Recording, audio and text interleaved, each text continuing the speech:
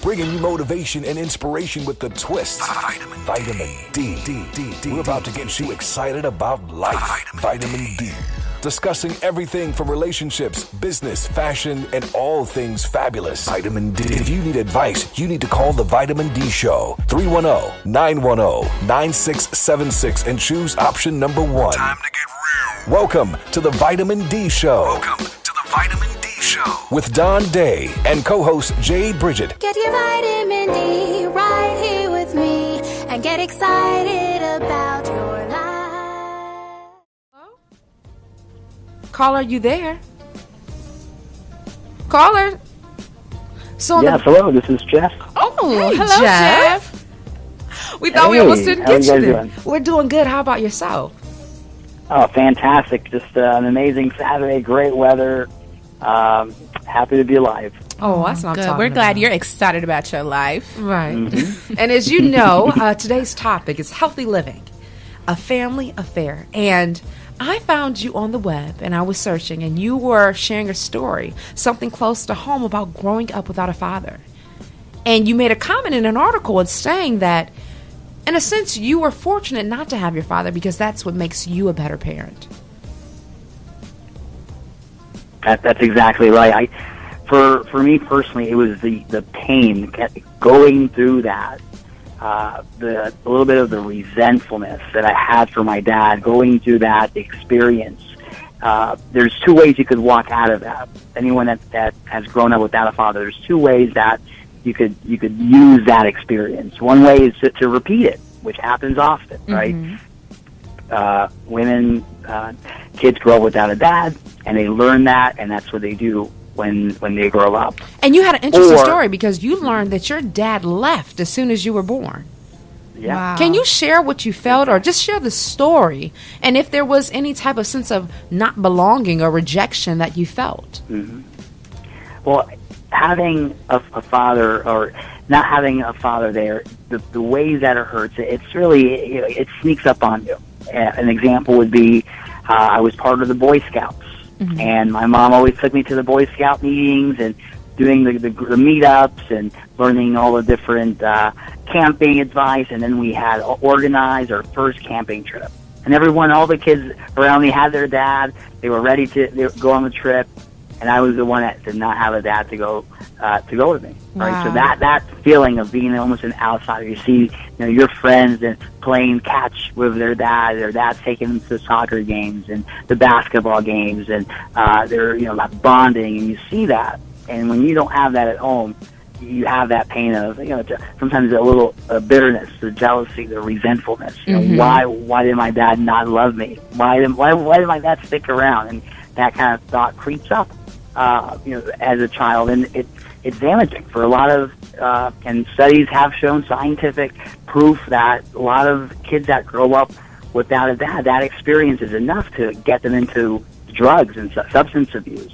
They become alcoholics. They become abusive. They have a higher probability of having psychological problems. So it is very hurtful, and you could go down that path. But for me, I chose a different direction. Now, for you, since you did choose that different direction, we're taught a family dynamic is the mother, the father in the home, going to specific schools, so having specific friends. You had a different type of life and have been able to be successful. So I just want to hear, your definition. What is family for you? Because it's not the typical cliche. And what was so different about your experience that made you still be able to be positive? I think sometimes you might not have a father in your life, a blood father, but you have other people that you could look up to, mentors. Mm-hmm. And they could be in your church, they could be in school, they could be in a community, an organization, community leader.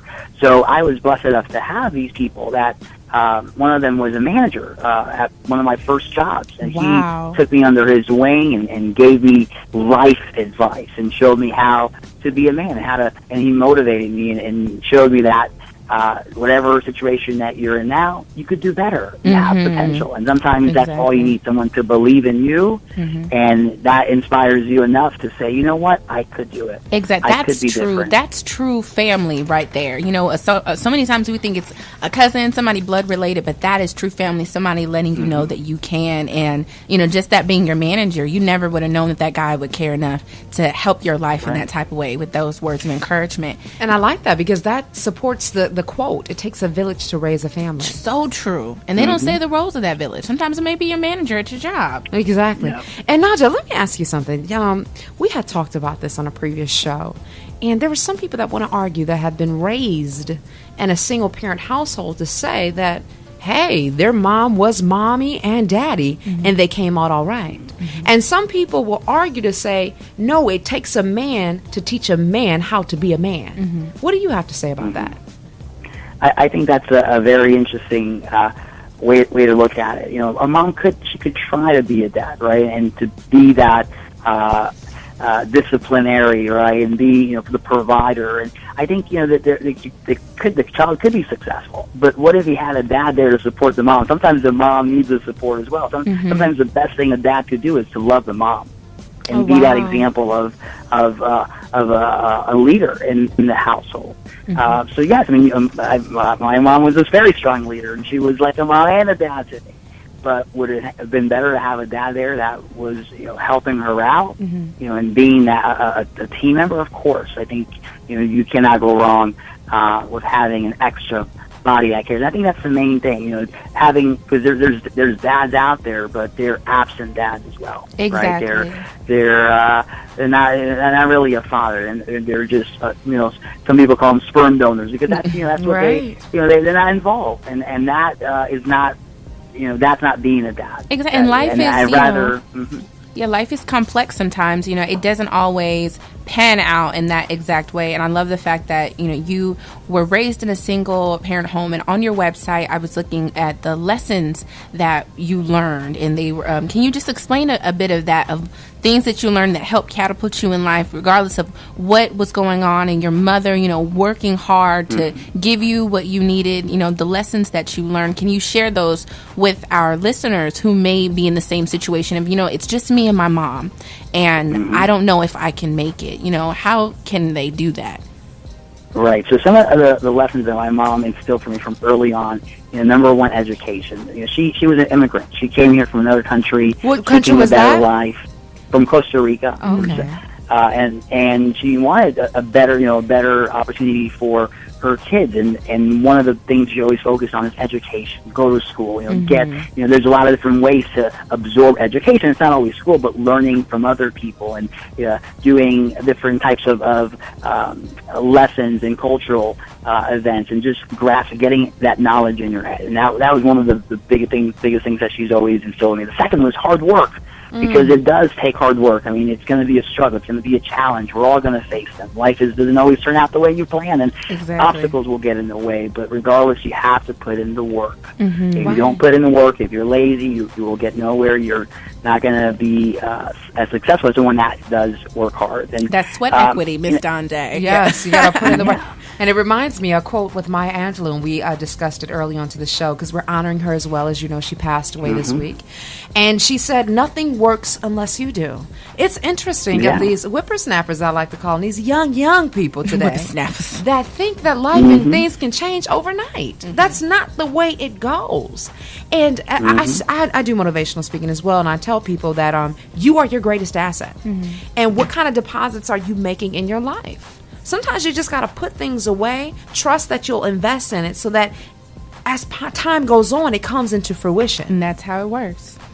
Now, you're also, I was looking at your website, Jeff, and I'm like, oh my gosh, you're, you know, married to a beautiful black woman. And that family dynamic is so huge. You know, we're in a revolutionary era. And I am involved in an interracial relationship. And so it's something that you do deal with a lot of people. You know, I was talking to Dawn, and she's like, is that an issue? And I'm like, yes, it is an issue. And I just wanted you to share, you know, you're a successful person who's lived through so many things, and share with your story a bit about living in that and being positive and successful with a family life that has two different cultures involved. Right, and I think, and that's another lesson that my mom always shared with me, is diversity, and to not be afraid of seeking different experiences and learning different things. And I'm hanging around all types of people. I love it. I love learning from other people, and then me, exploring. And I came across this amazing young woman, Emma, and we've been together now about 10 years. Wow. 11 years, actually. 11. And yeah, we've known each other, and we've been married for the past 3 years. And it's been a great experience. And even in that type of interracial relationship, two different cultures coming together, two different families coming together, they're going to be a little conversations here or there. You're going to get some side eyes from people on the street, maybe, right? And these things come up. But a lesson that my mom also taught me is love. Exactly. Love conquers all. Oh my gosh. Yeah, and to not be afraid. And these people, sometimes they talk or they say these things because they don't know. They don't know what that's about. They don't know that love is really what. Can I share a quote with you? Yeah, and that other stuff. Maya Angelou, she has this quote. She says, "Love recognizes no barriers. It jumps hurdles, leaps fences, penetrates walls to arrive at its destination full of hope." Crazy. That's really what love does. It overpowers everything, regardless of how anyone feels. It's just, like you said, some people may have an ignorance, or depending on their experiences, it's not love that they're feeling. So it's not even something to really recognize. So for listeners out there, if you are in an interracial relationship, keep it love. Love conquers all. Keep it love all the time. In the 70s, holding up at the peace sign. Peace is where it's at. So, Jeff, you said something course. about, being, what is a real man to you? Yes. I'm looking at your site right now, and you said a real man would never abandon his children no matter what. Wow. A real man that treats others the way he wants to be treated. Was it in your early 20s when you found out what a man was? Yes. And I think, the main thing that is a man is responsible. You have to be responsible, and you have to be a leader, and you have to, know that you're responsible for your future. You're responsible for the decisions that you make and the consequences of those decisions. And at that point, I had a decision to make. I could keep living the life that I was living, going down that wrong road, or I could decide and take responsibility and accountability for my future.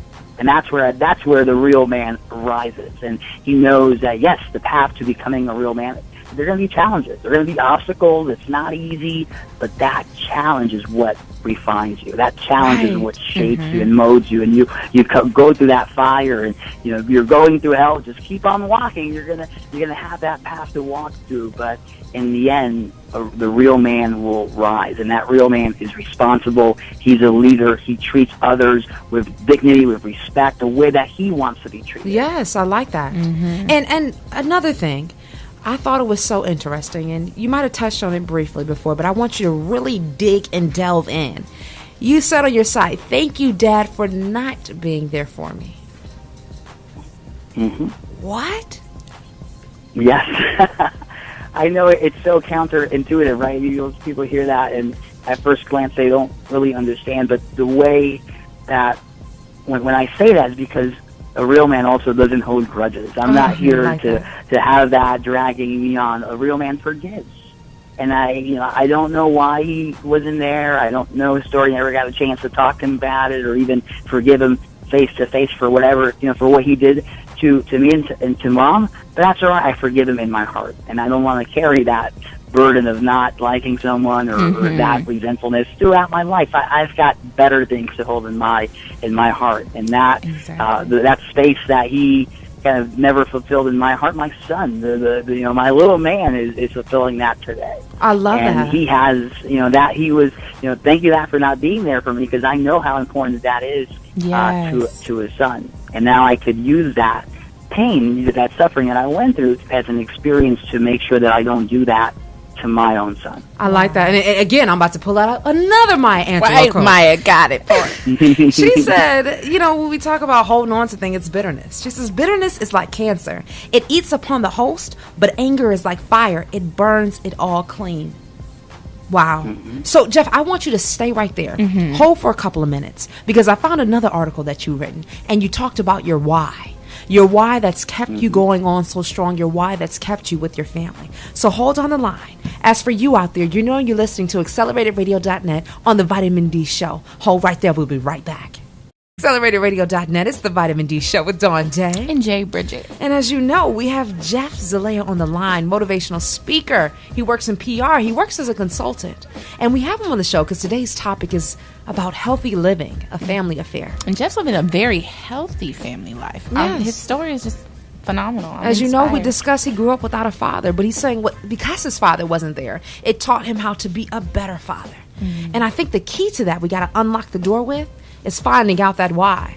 Jeff, are you there? Yes, I'm here. All right, Jeff. So tell us, what's your why? What's your why that keeps you motivated? Right. So I think most people don't know that the why is what's going to get you through all the pain and suffering and obstacles and challenges, and that why helps soothe any challenge that you're going through. And my why in my life, the whys in my life is what keeps me going. I mean, the reason I get up in the morning and I'm chasing my goals down because I've got some big whys, and of course, leading out those whys, my wife and my son, they're the world to me. They're the reason that I do what I do, and the reason that I work hard and try to do my best and learn and be responsible because of them. That keeps me going through the hardest periods of life. And then, of course, my mom. What son doesn't want to make their mom proud and get their mom the house she's always wanted and give back to her everything that she's given me, and I'll probably never be able to repay her, but I'm gonna at least try. And she's a big driving factor in helping me keep going and going after my goals and my dream and passion. And then, of course, my sibling, my brother and sister. I'm a role model. Being the bigger brother, I'm a role model. Even if I don't want to be a role model, I'm going to be an influence in their lives, and they're going to look up to me and learn from what I do and from what I don't do. So they're a why for me. And then lastly, it's my stakeholders. It's the people that have invested in me throughout my life, my professors, my mentors, my colleagues and bosses, and my clients. A lot of they have their own stake in me. They're helping me get better and improve, and I want to make sure I make them proud. I don't want to let them down. So they're my why. So these are the whys that keep me going, that keep that burning desire in me burning very brightly. I like that because I tell a lot of people all the time, like, your why is what's going to keep you up. Your why is going to keep you going. And I really love what you said about stakeholders, because I tell people all the time is that you have people that believe in you. When you find somebody that is on your team that's making an investment, make sure that investment is worth it. Exactly. It makes you want to be held accountable. For me, it was being that little girl with my little stepping stool and my little microphone made out of toilet paper, cardboard, and duct tape.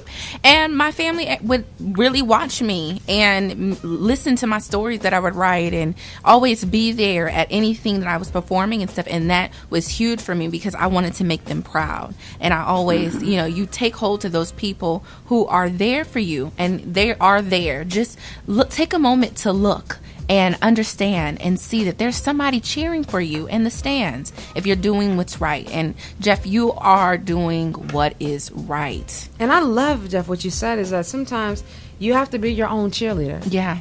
Because it's not always picture perfect, right? You got somebody cheering for you. No. And there's somebody cheering. If it's just you, it's somebody.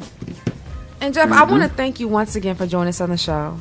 And do you have any last minute advice about people, anyone that may have growing up right now without a father? Yes. I grew up without a father. Well, I would advise them to you have a decision to make. You always have a decision to make, and choose a decision that in the end is going to be the best for you, and it's going to be best for your legacy. Think about what, once you die, once you leave this earth, what will you be leaving behind?